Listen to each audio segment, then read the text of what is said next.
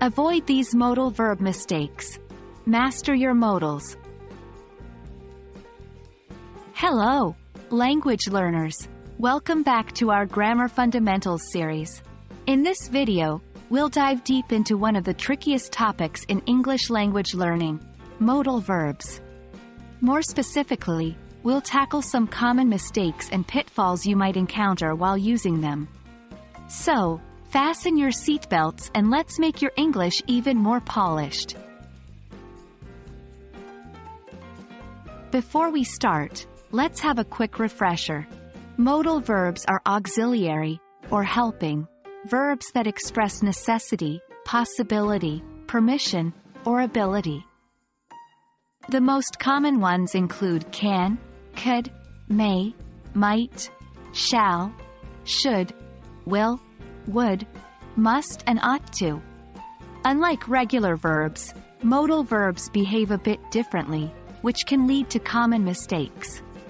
Now let's get into the details. One of the biggest pitfalls when using modal verbs is not getting the tense right. Remember, modal verbs don't change their form according to tense, unlike regular verbs. So, it's incorrect to say, she can't play the piano. The correct sentence is, she could play the piano. Another common mistake involves the verb that follows a modal. After a modal verb, we always use the base form of the verb, also known as the infinitive, without to. So, saying, I must to leave early, is incorrect. The correct way is, I must leave early. Confusing the use of different modal verbs is also quite common. Each modal verb has a unique use and connotation. For example, must expresses a stronger obligation than should. Saying, you must drink water, implies it's necessary for survival, while you should drink water suggests it's a good idea for your health. Lastly, overusing will and would is a trap many English learners fall into. These modals are not always interchangeable with others. Will is used for future certainty, would for hypothetical situations.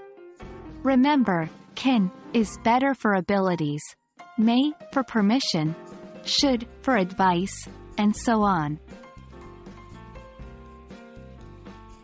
And that's a wrap on common mistakes with modal verbs. By paying attention to these common pitfalls, you can significantly improve your English. Remember, practice makes perfect.